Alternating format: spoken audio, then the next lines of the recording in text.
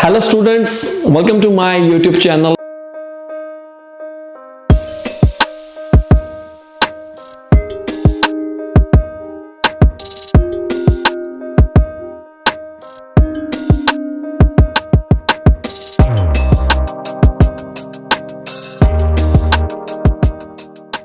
This video will be in Hindi language and topic is how PT software works. देखो ये एक imagination है, मेरी प्रेडिक्शन है, या कुछ भी कह सकते हो कि ये मेरा एक्सपीरियंस है कि अगर हम जान ले कि सॉफ्टवेयर कैसे वर्क करता है तो हमें अच्छे स्कोर्स लेने में प्रॉब्लम नहीं आएगी। जितनी देर तक आपका बेस क्लियर नहीं होगा उतनी देर तक आपके अच्छे स्कोर नहीं आ सकते हैं। हवा में तीर मारने से कोई बेनिफिट नहीं होगा। पहले इसको समझते हैं एक्चुअली में होता क्या है।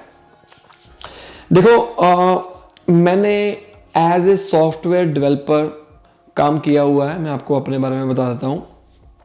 जब मैं पीटी नहीं पढ़ाता था उससे पहले मैंने कंपनी में काम किया हुआ है थोड़ी देर। उसके बाद मैंने असिस्टेंट प्रोफेसर था जालंधर में, और मेरे पास एक्सपीरियंस है थोड़ा सा, जितना भी है, कि सॉफ्टवेयर कोडिंग वगैरह का। मेरी बैकग्राउंड जो थी वो आईटी की थी, तो उसके बेसिस के ऊपर मुझे थोड़ा सा पता है कि एक्चुअली में कोडिंग कैसे होती है। मैं गलत भी हो सकता हूँ क्योंकि वो बहुत पुरानी बात थी। मैंने इसके ऊपर बहुत साल पहले से ही वीडियो डाली हुई है कि सॉफ्टवेयर कैसे वर्क करते हैं। हम जानने की कोशिश करते हैं कि एक्चुअली में सॉफ्टवेयर वर्क करता कैसे है। सबसे पहले देखिए सॉफ्टवेयर है क्या। सॉफ्टवेयर एक कोड है। अगर मैं कोड के अंदर लिख दूं 1 + 1 = 3, वो हमेशा 1 + 1 = 3 ही दिखाएगा। But in general it is wrong. 1 + 1 = 2। तो अगर हम बात करें इस पीटी सॉफ्टवेयर की, उसके अंदर आपको क्या देखने को मिलेगा। मैं इस वीडियो के अंदर आपको सारा कुछ बताने की कोशिश करूंगा ताकि आपको पता हो कि किस मॉड्यूल में कौन कौन सी गलतियां आप कर रहे हो और कौन से बेसिस के ऊपर पीटीई सॉफ्टवेयर आपको मार्क्स दे सकता है। ये मैं देखो 100% श्योर तो नहीं हूं मैं, बट मोस्टली जरूर होगा ही होगा। देखो पीटी में 4 मॉड्यूल्स होते हैं। स्पीकिंग, पूरी वीडियो एंड तक देखना अगर आपके स्कोर नहीं आ रहे। राइटिंग, रीडिंग और लिसनिंग। ठीक है, अब देखते हैं कि जैसा कि पीटी स्कोर गाइड में लिखा हुआ है, ऑफिशियल स्कोर गाइड में लिखा हुआ है, जो स्पीकिंग के स्कोर्स होते हैं वो 3 पार्ट्स में डिवाइड हो जाते हैं। Content, oral fluency and pronunciation. ठीक है, अब मैं अगर बोलता हूं 90 आ रहे हैं, मेरे स्टूडेंट बोलते हैं 90 आ रहे हैं, कोई और स्टूडेंट कोई और टेम्पलेट यूज करता है उसके 90 आ रहे हैं, तो हम ये सोचते होंगे कि यार इतने सारे टेम्पलेट क्या पीटी सॉफ्टवेयर में बैकएंड के ऊपर पड़े हुए हैं। ऐसा नहीं है गाइस। इसमें कॉमन चीज क्या हो सकती है। कॉमन चीज ये है कि आप कंटेंट को कितना क्लियर तरीके के साथ और कैसे बोलते हो। स्पीकिंग में सबसे बड़ी बात, अगर मैं बात करूं रीड अलाउड की, रीड अलाउड के केस में आपके पास एक पैसेज होता है, वही पैसेज बैकएंड के ऊपर ऐड हुआ पड़ा है उसके। ऑब्वियस ही बात है, इसको हम कहते हैं कंपेयरिंग। जो बैकएंड के ऊपर चीज पड़ी हुई है और जो फ्रंट एंड के ऊपर पड़ी हुई है, ये थोड़ा सा टेक्निकल सेशन भी हो सकता है, लेकिन समझाने के लिए आपको मुझे बताना पड़ेगा। अब मैंने लिखा हुआ है अपने बैकएंड के ऊपर आई लव इंडिया। ठीक है, और मैंने ये लिख दिया 15 मार्क्स का होता है आपका 5 marks content, 5 marks oral fluency, 5 marks pronunciation. Content, oral fluency, pronunciation. मैंने यहां पर एक कंडीशन लगा दी, ये तो मैंने 3 वर्ड्स ही लिखे हैं, वैसे बहुत सारे वर्ड्स होंगे, 50 वर्ड्स हो सकते हैं, 60 वर्ड्स हो सकते हैं।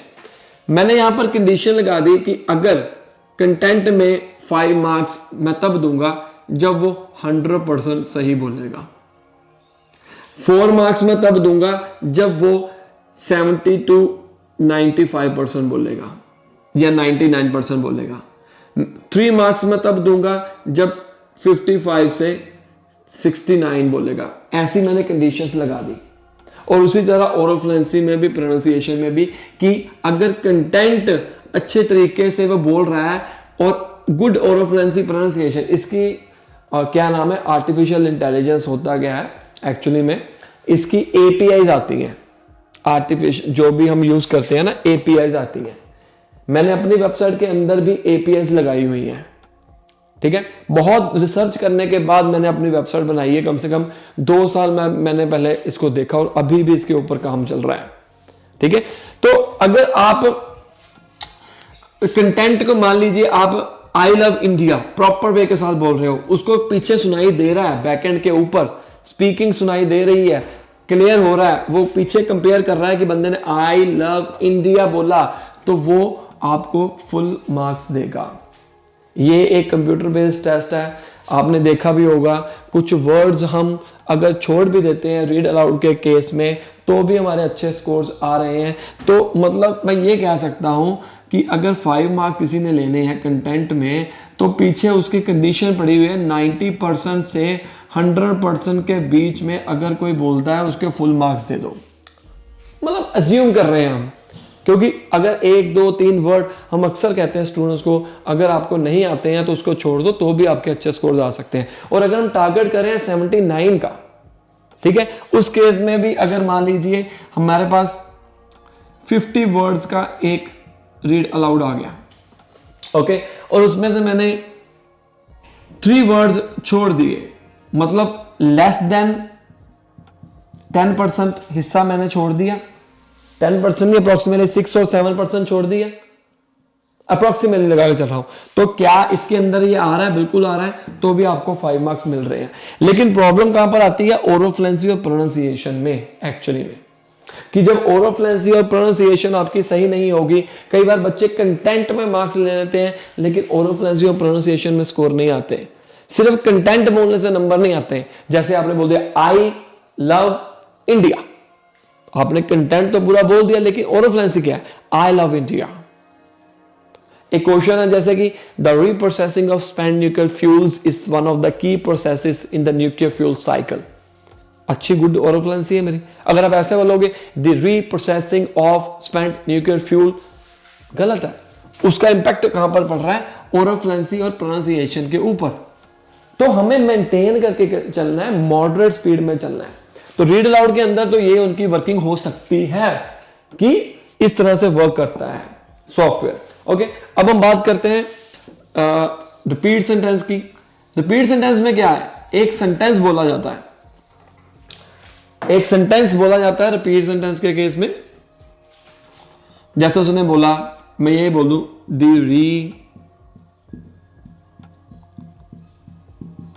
Reprocessing of spent nuclear fuel is one of the most important fuel। वैसे एक लाइन लिख दी मैंने। अब इसके वर्ड्स कितने हैं पहले वो काउंट करते हैं। अब यही बैकएंड के ऊपर, बैकएंड पे पीछे सेंटेंस अगर होगा तभी तो वो मैच करेगा, ठीक है।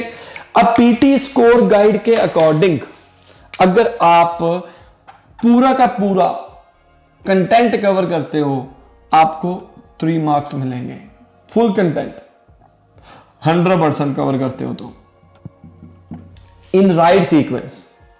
अगर आप 2 मार्क्स मिलते तब है जब आप 100% नहीं कवर करते हो पर मोर देन 50% करते हो। 100% नहीं करते हो, बट मोर देन 50% करते हो। मतलब ये 13 मार्क्स हैं। अगर मैं 8 वर्ड्स को कंप्लीट कर देता हूं, फर्स्ट 8 वर्ड्स या कोई भी 8 वर्ड्स को कंप्लीट कर देता हूं, तो मुझे 2 मार्क कंटेंट में से मिल जाते हैं। उसी तरह अगर आप लेस देन 50% बोलते हो तो आपको 1 नंबर मिलता है कंटेंट में से। कुछ नहीं बोलोगे तो कुछ नहीं मिलेगा। तो अब बैकएंड के ऊपर भी ये सेंटेंस पूरा का पूरा पड़ा हुआ है। जितने वर्ड बोलोगे उतना आपको बेनिफिट होगा। अब इस केस में देखिए, अगर आप फॉर एग्जांपल आपने बोल दिया the reprocessing of the most important fuel, उसने देखना कि ये बंदे का मैच कर गया। आपने ये बंदा मैच कर गया, दी हो गया मैच, रीप्रोसेसिंग हो गया, ऑफ हो गया, डी। अब उसने ऑफ ये वाला नहीं समझा या ये वाला समझा, 2 बार ऑफ लिखा हुआ है। तो अगर आप एक ऑफ लिखते हो, the reprocessing of the most important fuel, ठीक है ना, तो उसने देखा कितने वर्ड्स जो हैं आपके उसने बोलने हैं और वो कंपेयर कर रहा होगा पीछे बैकएंड पे कि कैसे हम उसको स्कोर दें। फिर आपको कंटेंट में से उस हिसाब से स्कोर मिल जाएंगे और on the basis of content और oral fluency and pronunciation you will get your marks. ये सबसे चैलेंजिंग टास्क रहता है पीटी में, पीटी रिपीट सेंटेंसेस। बिकॉज अगर आप अच्छे स्कोर लेना चाहते हो, आपको पता नहीं होगा, हवा में तीर मारने का कोई बेनिफिट नहीं होगा और आपके मार्क्स चले जाएंगे। ओके, तो अब हम बात करते हैं डिस्क्राइब एन इमेज की। इमेज के केस में आपके सामने एक इमेज होती है, सेम उसी तरह 5 मार्क्स कंटेंट में, 5 मार्क्स ओरल फ्लुएंसी में, फिर 5 मार्क्स जो आते हैं प्रोनाउंसिएशन में। अब देखो एक क्वेश्चन 15 मार्क्स का है, अगर हम 90 से कैलकुलेट करें तो वो तो बहुत बन जाते हैं। सिर्फ इमेज, अगर इमेज ही आ जाए 5 तो 75 तो उससे बन जाते हैं। ऐसा नहीं है, वो कैलकुलेट करता है बैकएंड के ऊपर, ऐसा ही है। ठीक है, इमेज केस में अगर आपके पास एक इमेज आई है, अब टेम्पलेट हर एक के पास है, यहां पर एक डेटा पड़ा होता है, यहां पर बीच में पाईग्राफ बना लिया है ना, या बार ग्राफ बना लिया, राइट। यहां पर डेटा पड़ा होगा, नीचे ऊपर। अब हम अज्यूम कर रहे हैं, क्योंकि बच्चों के स्कोर आ चुके हैं, ये जो मैं आपको बता रहा हूं, यही हम अज्यूम करके बच्चों को आगे पढ़ाते हैं जिनके स्कोर्स आ रहे हैं 7 ईच 8 ईच। और जितने भी स्टूडेंट्स स्ट्रगल कर रहे हैं उनके लिए एक स्पेशल वीडियो मैंने निकाली है और आपको कहीं और नहीं मिलेगी कि सॉफ्टवेयर में वर्किंग होती कहां पर है, अगर मैं गलत नहीं हूं तो। ठीक है, तो अभी बैकएंड के ऊपर क्या पड़ा हुआ है, ये सारा पड़ा हुआ है। ये कितने कीवर्ड्स, ये सारे कीवर्ड्स पड़े होंगे, फिर वही वर्किंग यूज कर रहे हैं। मान लो इसके अंदर 20 कीवर्ड्स हैं जो इसके अंदर है। अब उसने कंडीशन लगाई हुई है कि अगर 20 वर्ड्स, अब ये मुझे कैसे पता लगा, कैसे हम ज्यूम कर सकते हैं, आप भी कुछ समझदार हो। टेम्पलेट सभी के पास है, टेम्पलेट, हर एक टेम्पलेट से लोगों के नंबर आ रहे हैं। तो मतलब कॉमन चीज क्या हो सकती है? कॉमन चीज जो हो सकती है वो हो सकती है वर्ड्स जो इस इमेज में है। कितने वर्ड्स आप बोल रहे हो, कितने वर्ड्स। अगर 20 वर्ड्स हैं, 20 में से अगर आप 17 वर्ड्स कवर कर रहे हो, 17 to 20 वर्ड्स कर रहे हो, तो आपको 5 नंबर मिल जाएंगे। अगर आप 12 से 16 कर रहे हो, आपको 4 नंबर मिल जाएंगे। ऐसे कंडीशंस पीछे लगी होती हैं, ठीक है ना, ऐसे कंडीशंस, उसको समझना बहुत जरूरी है। तो उस हिसाब से आप कैरी ऑन करिए, डजंट मैटर। जो बच्चे ये कहते हैं कि कौन सा टेम्पलेट सही रहेगा, कैसे हमने करना है, उनके लिए ये सारा कुछ मैं बता रहा हूं कि कैसे बैकएंड पे वो कंपेयर करता है। आपको समझ आ रहा होगा, अगर आ रहा है तो अभी कमेंट करिए। मैं 1 मिनट शांति रखूंगा ताकि आप नीचे कमेंट कर पाओ। अभी कंटेंट नीचे कमेंट कर दीजिए, मैं समझ पा रहा हूं या समझ पा रही हूं, I am understanding your lecture. #Nikhil PTE साथ में जरूर लिखिए, पहले लिखो, अभी मैं आगे नहीं बढ़ूंगा। Thank you so much. अब हम बात करते हैं रीटा लेक्चर की।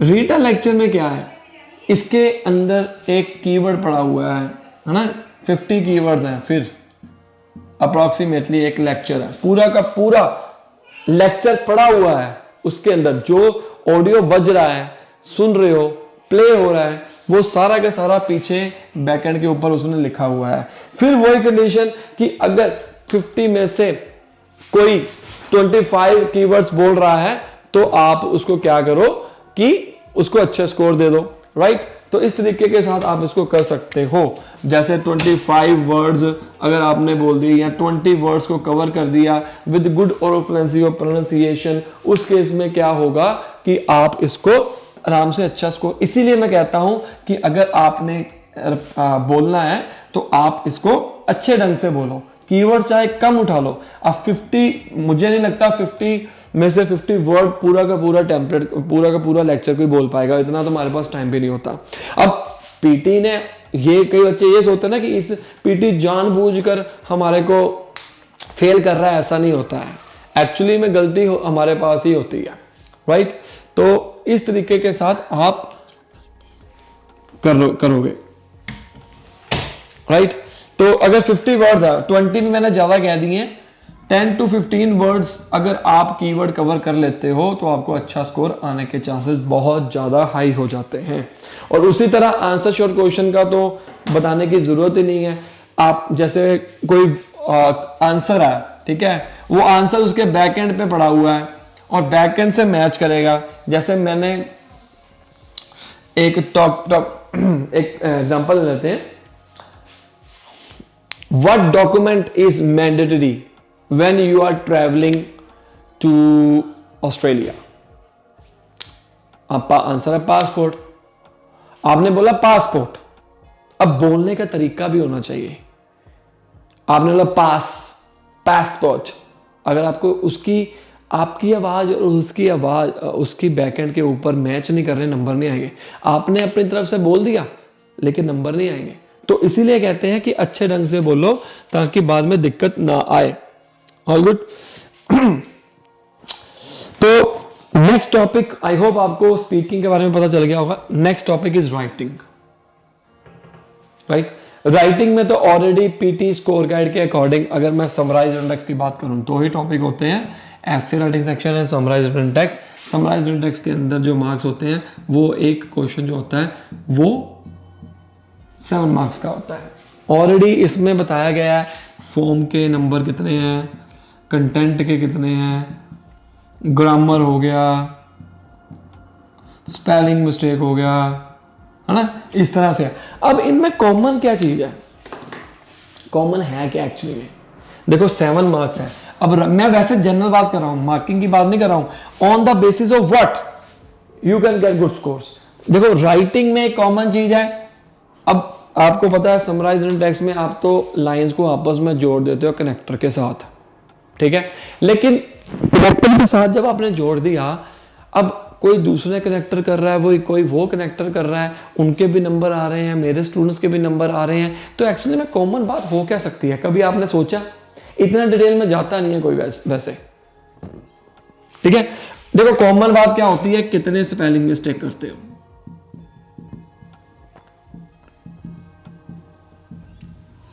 कितने ग्रामर मिस्टेक करते हो,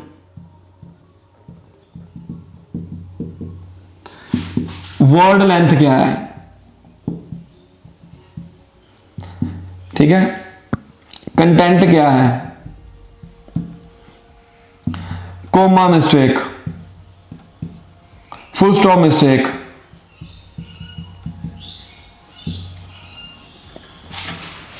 अब टाइपिंग में मिस्टेक हो गई। ये सारी गलतियां अगर आप करते हो तो आपके नंबर जाते हैं, और कोई रीजन नहीं है। टाइपिंग करते दौरान कई बार हम, जैसे मैंने लिखना था डीलिंग, मैंने DAEING ये लिख दिया जल्दबाजी में, हो जाता है, मिस्टेक हो जाती है, मेरे साथ भी हो जाती है। तो इसको उसी तरह ऐसे राइटिंग के अंदर वो चेक करता है पहली कंडीशन कि क्या इसने 5 to 75 वर्ड्स के में लिखा हुआ है, 1 नंबर दे दो। अगर इसकी कोई स्पेलिंग मिस्टेक नहीं है, पूरा नंबर दे दो। अगर है तो इसका 1 नंबर काट लो, अगर इसके 5 से 10 के बीच में स्पेलिंग मिस्टेक है इतने नंबर काट लो। ऐसे वर्किंग हो सकती है, ठीक है। हमें कुछ तो 100% तो जो बंदा सॉफ्टवेयर बना रहा है पियर्सन वाले का, मतलब करना तो बहुत बड़ी बात है समझना, ये तो वही बता सकते हैं जो डेवलप करते हैं, अदरवाइज नहीं, ठीक है। बट राइटिंग की हम अगर जनरल बात करें कि कैसे हो सकती है, तो इस तरह से आप इन सभी चीजों के ऊपर ध्यान दो, इसमें से कोई ना कोई गलती हो रही है तभी आपके राइटिंग के स्कोर्स जा रहे हैं। रीडिंग का तो सीधा हिसाब है, रीडिंग में ज्यादा सिर खपाई करने की जरूरत ही नहीं है। रीडिंग का क्या हिसाब है, मल्टीपल चॉइस मल्टीपल आंसर है, सिंगल आंसर है, ये 2 टॉपिक्स जो है वो अनइंपॉर्टेंट है। उसके अंदर देखो 4 ऑप्शन है, 1 2 3 4, 4 ऑप्शन है। आपने लगाया 1 और 3, वो चेक करेगा दोनों सही है तो उस हिसाब से नंबर दे देगा। अगर आपका ये गलत है ये सही है तो आपको कोई नंबर नहीं मिलेगा, सिंपल हिसाब से। इसके अंदर तो एआई यूज होती ही नहीं है एक्चुअली में। उसी तरह रीऑर्डर पैराग्राफ है, इसके अंदर भी कोई ज्यादा खास नहीं है, वो देखेगा पेयर कितने सही हैं। ए के बाद जैसे मान लीजिए एक ABCDEF, ये राइट सीक्वेंस है, आपने लिख दिया ABEFCD, उसने देखा पेयर कितने सही हैं, AB सही है कि दे दो, BF गलत, EF सही, FD गलत, CD सही, आपको 3 नंबर मिल जाएंगे, कोई हिसाब ही नहीं है, ये तो पता ही है। उसी तरह रीडिंग की फिल इन द ब्लैंक्स की अगर मैं बात करूं, फिल इन द ब्लैंक्स के अंदर अगर आपने जो चूज किया होगा वो उसको कंपेयर करेगा कि क्या ये सही लिखा हुआ है, मतलब उसने भी वही लगाया। जैसे मैंने एक ब्लैंक आया, यहां पर आंसर है गुड, ठीक है, कोई भी ब्लैंक ले लो, रीडिंग या राइटिंग इन द ब्लैंक्स ले लो या कुछ भी ले लो, गुड आंसर आ गया। तो वो ऑप्शन क्या है, इसके बैकएंड पे जैसे यहां पर कंपेयर, ये तो मेरी वेबसाइट के ऊपर भी मिल जाएगा आपको, बैकएंड पे यहां पर लिखा है कि अगर देखो वो विजिबल नहीं है एक्चुअली में, अगर देखा जाए इसके बैकएंड में पड़ा हुआ कि जो बंदा यहां पर गुड भरेगा उसको हम 1 नंबर दे देंगे या जितने नंबर दे देंगे, वो कंपेयर कर रहा है। इसकी तो खास वर्किंग बताने की जरूरत ही नहीं है, राइट। तो इसमें अब हम बात करते हैं summarize spoken text. Summarize spoken text के अंदर भी ये सारी चीजें जड़ी थी, इसलिए मैंने इसको अरेज नहीं किया। स्पोकन टेक्स्ट के अंदर भी आपको टेम्पलेट का कोई इशू नहीं होता है, मैं फिर आपको बता देता हूं, template doesn't matter. Main issue होता है कि आप ये मिस्टेक ना करो, SESED ग्रामर, जैसे आप गूगल के ऊपर लिखते हो और अगर कोई स्पेलिंग मिस्टेक होता है या किसी भी थर्ड पार्टी वेबसाइट के ऊपर लेते हो, ग्रामरली के ऊपर लिखते हो, ऐसे बहुत सारे एप्लीकेशंस हैं जो आपकी ग्रामर को चेक करती हैं, उसमें दिखा देता है ना, इवन के वर्ड के ऊपर लिखते हो, टू के बाद ऐसे अगर लिखा तो SES की गलती निकाल देता है, स्पेलिंग मिस्टेक सही, वही है ये सारा समराइज स्पोकन टेक्स्ट और राइटिंग का केस सेम है। और क्या हो सकता है बताओ। तो इसमें ये चेक करता है अगर इसने 50 to 70 नंबर के अंदर लिखा है तो 2 नंबर आपको वैसे मिल जाएंगे, 50 to 70 वर्ड्स के अगर आप लिखा है तो, ठीक है ना। और मल्टीपल जो है multiple answer, single answer, select missing और हाईलाइट टेक्स्ट समरी वो कंपेयर करता है। रीडिंग वाला मैंने आपको बताया। फिल इन द ब्लैंक्स भी देखता है, जैसे आपने reading fill in the listening के फिल इन द ब्लैंक्स के अंदर मैंने एक रिसर्चर्स,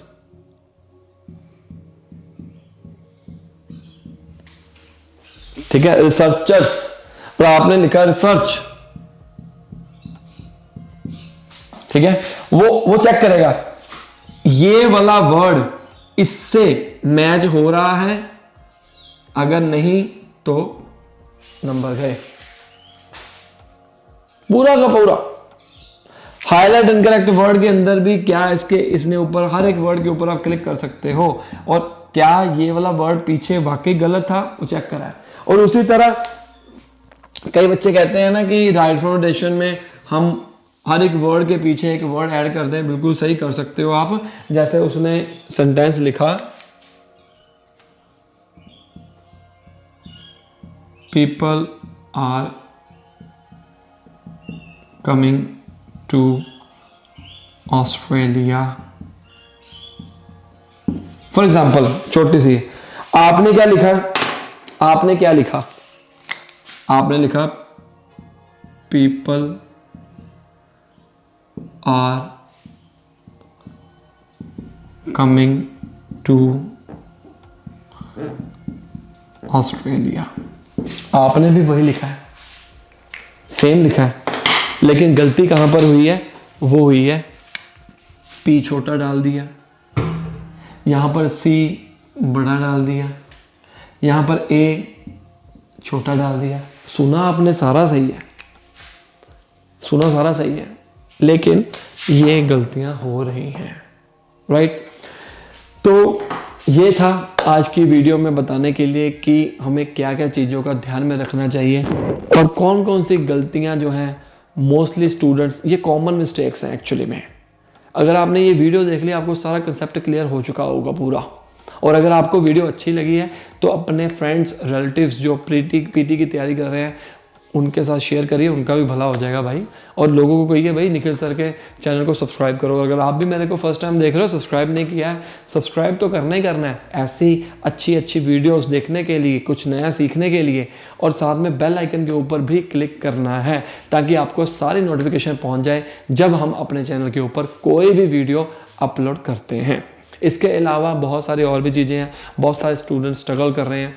कल ही मेरे 2 स्टूडेंट ने 7 ईच की रिक्वायरमेंट को पूरा किया है और आप भी अच्छा स्कोर हासिल कर सकते हैं पीटी में। चाहे आपका लेवल 0 है, बार बार पेपर देकर थक चुके हो, नॉट ए बिग डील।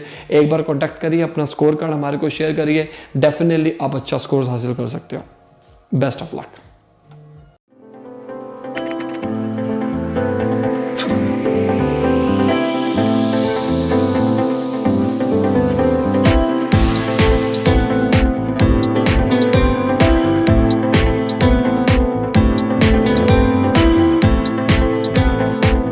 बहुत सारे ऐसे स्टूडेंट्स हमारे पास आए जिनकी इंग्लिश बिल्कुल वीक थी, लेकिन उन्होंने भी हमारी ट्रिक्स के जरिए अच्छे स्कोर्स हासिल किए हैं।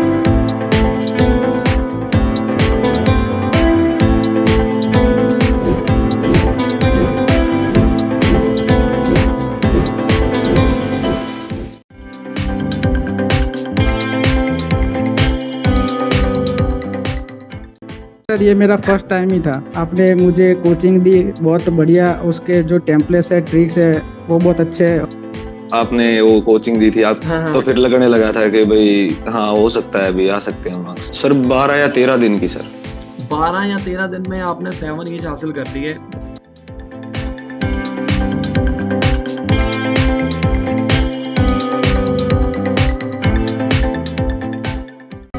ਪੜਾਉਣ ਦੀ ਤਰੀਕੇ ਮੈਨੂੰ ਵਧੀਆ ਲੱਗਿਆ। ਹਾਂਜੀ, ਜੋ ਤੁਸੀਂ ਸਰ ਟੈਂਪਲੇਟਸ ਦਿੱਤੇ ਸੀਗੇ ਸਰ, ਉਹੀ ਕਾਫੀ ਹੈਲਪ ਕੀਤੀ ਉਹਨਾਂ ਨੇ। So I should say only 1 week, like 5 days, not even 1 week, 5 days, like yes. So finally I got my score. सबको बता रखा कि भाई मेरे मार्क्स वहाँ से आए तो आपके भी वहाँ से जरूर आए। अच्छे स्कोर्स के साथ पीटी का एग्जाम पास करना चाहते हैं तो सामने दिए गए नंबर के ऊपर आप हमें कांटेक्ट कर सकते हैं।